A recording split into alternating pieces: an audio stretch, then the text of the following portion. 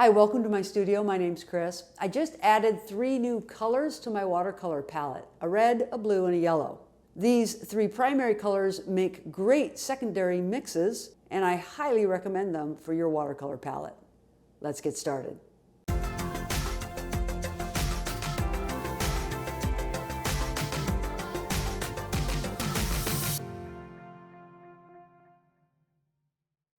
Hello friends, welcome back to my studio. In this video, I'm going to talk about these 3 colors that I've just added to my watercolor palette. I have Nickel Azo Yellow and Cerulean Blue Chromium and Anthraquinoid Red. Oh, that's a tough one. Anthraquinoid. These are all Daniel Smith colors. I pretty much only use Daniel Smith colors nowadays. I used to use some other brands, but I've decided this is my favorite brand. Here's what I was doing with these new colors. Well, first of all, the Cerulean Blue Chromium is not new for my palette.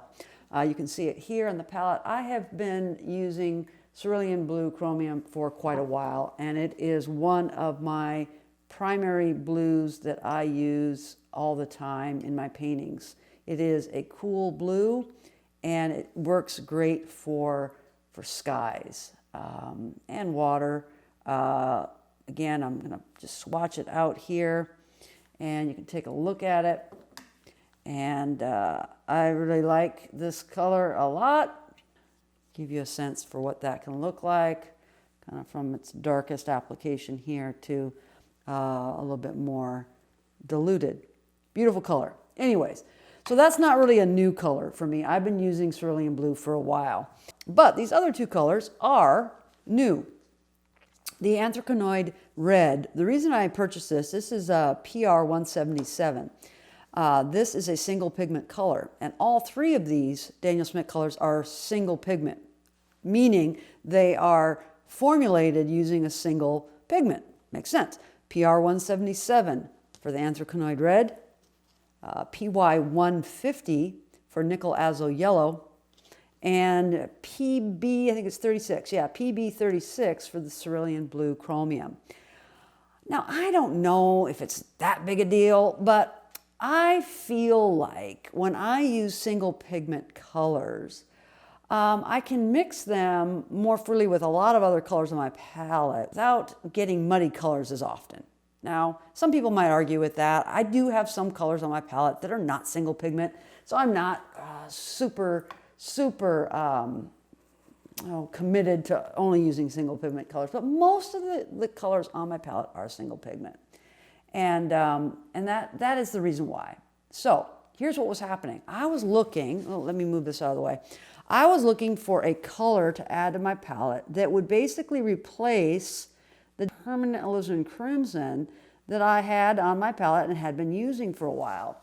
Again, because I'm pretty much switching over to just using Daniel Smith colors. And I wanted to find the equivalent color. And that can be difficult to do because every manufacturer has a different set of pigments they use and a different way of formulating it.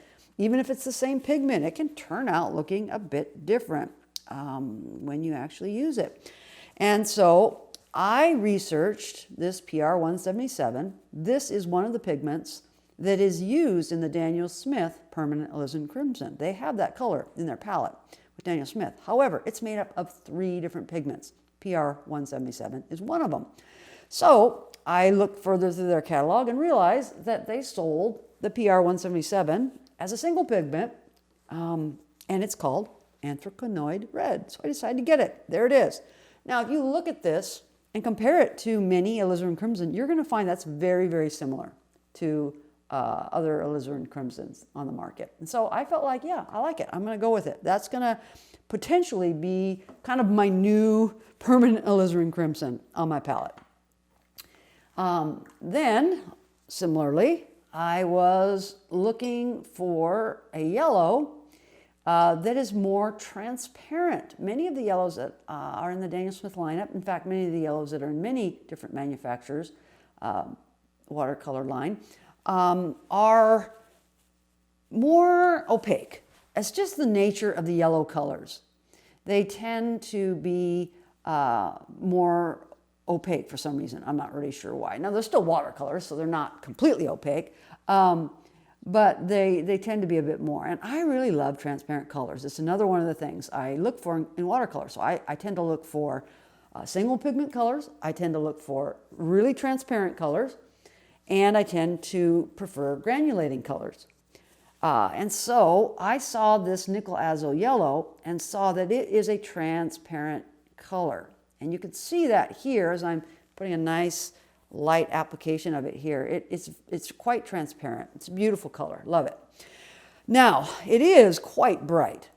This color, PY150, is normally mixed with other colors. Like it's mixed to create more orangey colors. Quinacridone, burnt orange, and things like that.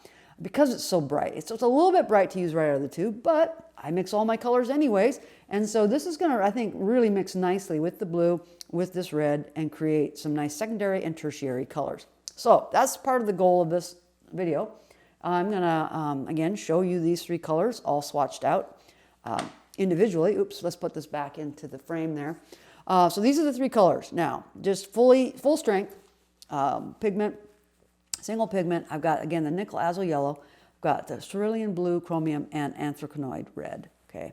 Now I'm going to go ahead and mix these colors and let you see the secondary colors and tertiary colors that I can get just from these three. Because I really think, I've been playing around with these colors a bit, I think this could really be a great primary set of three colors that you, if you're, say, a beginning watercolor artist and you just want to know what, I don't have a lot of money, what colors should I buy, get started, whatever.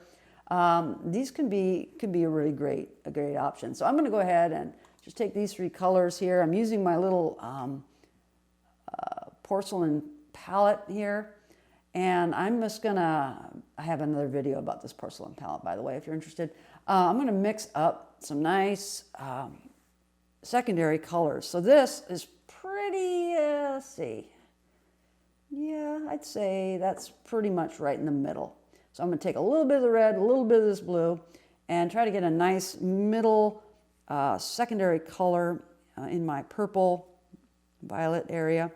And you can see that's a really, really nice purple color there. I like that, violet. And of course, if I want to take that color and push it a bit more towards the red, I can just add a bit more of this Anthraquinoid Red to it, maybe not quite that much. Make it more of a tertiary color, so a red violet, right? So we know the tertiary colors are that secondary color pushed a little bit more one way or the other. So this would be a tertiary color, so it's going to be more of now a reddish purple color. You can see that there. When these dry, they're going to dry a little lighter. So I'll show those to you once they get dried. But there you go. There's that mix. Then if I want to take these, again, these same two colors, this is Cerulean Blue Chromium with the Anthraquinoid Red, I'm going to mix it with even more blue now, push it back the other way. Again, I'm only mixing those two colors here. I can go back into a much more blue, cool blue color mixed in with this red. I can see that could be a really beautiful shadowy color that I could use in some of my landscape paintings there. So I'm just kind of trying to pull out some of this pigment, leaving a more transparent application there, just so you can see the full range of colors. Okay. There you go. So just with these two colors now, we got some really beautiful mixes there that are really muted nicely. The Anthraquinoid Red is more of a cool red, and this is more of a cool blue, and they mix nicely together. All right, let's go the other way now. Let's take my red and my yellow and see what kind of orange we can get. Let me clean out my brush nicely here. I'm going to take some of this yellow and bring in this red. Try to go right down the middle, get a nice secondary orange color here. Now again, that yellow is real bright, so I've got this. Now right there, that right there looks like like quinacridone burnt orange to me, which is, or nickel quinacridone gold, which is another color I've used a lot in the past and really like. It's more of a goldish color. And so you can see I can mix that color really nicely. I don't have to go out and buy that color separately. I can mix that color nicely with this Nickel Azo Yellow and this Anthraquinoid Red and getting that there. It's a beautiful orange color, but can really go into a nice, depending on how you mix it, nice gold, orangey gold color. Love it. Love that, love that, love that. Okay, so now I've got that. Let's push it a little more to the red side here. So it's more of a reddish. Oops, I went the wrong spot. Uh-oh, uh-oh, oh well, it's okay. I can paint over that or do something with it here. Let me see if I can. I make mistakes all the time, and I just say, oh, oops. Let me see if I can lift that up a little bit. Yeah, good enough. Okay. Anyways, I keep my mistakes right in the video here. I'm not worried about it. Okay. So I've mixed up a bit more of this reddish orange here, and you can see that there. It's beautiful. So more of a reddish orange color there. That really looks like almost transparent pyro orange, another color I have on my palette. Beautiful orange color, love that. And then if I take that same mix but I push it back towards the yellow and have a little bit of that red in there, but I push it back towards the yellow side like this. Let's see if I can actually paint it in the right spot this time. Yeah, there you go. More again, closer to that yellow color with just a little bit of orange in it. And it's got a nice granulating look to it here, and I really love it. So we can see the variety of colors that we can get between those two colors. Okay, now I'm going to go ahead and create a secondary color of green here in between the Cerulean blue and the Nickel Azo Yellow. And Cerulean blue, and pull out this Nickel Azo Yellow. Now you can see, wow, real bright green. That creates a really vibrant green, almost a little too bright. That looks like a mix to me, kind of between sap green and with a little bit of yellow in it. It's pretty. I think it's a little too bright for most of my landscape painting. I think I would want to mute that a little bit. I could mute it by bringing in some my contrasting color, the red, and mute that down. But I just want you to see what that can create. Very beautiful green color there. So if I decide I want to push that a bit more to a yellow green, I can put more of that Nickel Azo in there, and just put that right in here, right in between, creating a tertiary.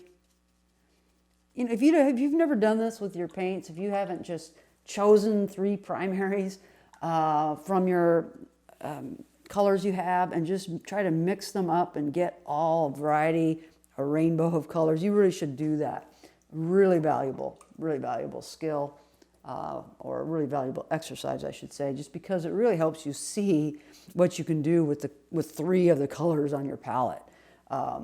It might keep you from going out and buying more colors and more tubes of paint and just using what you have.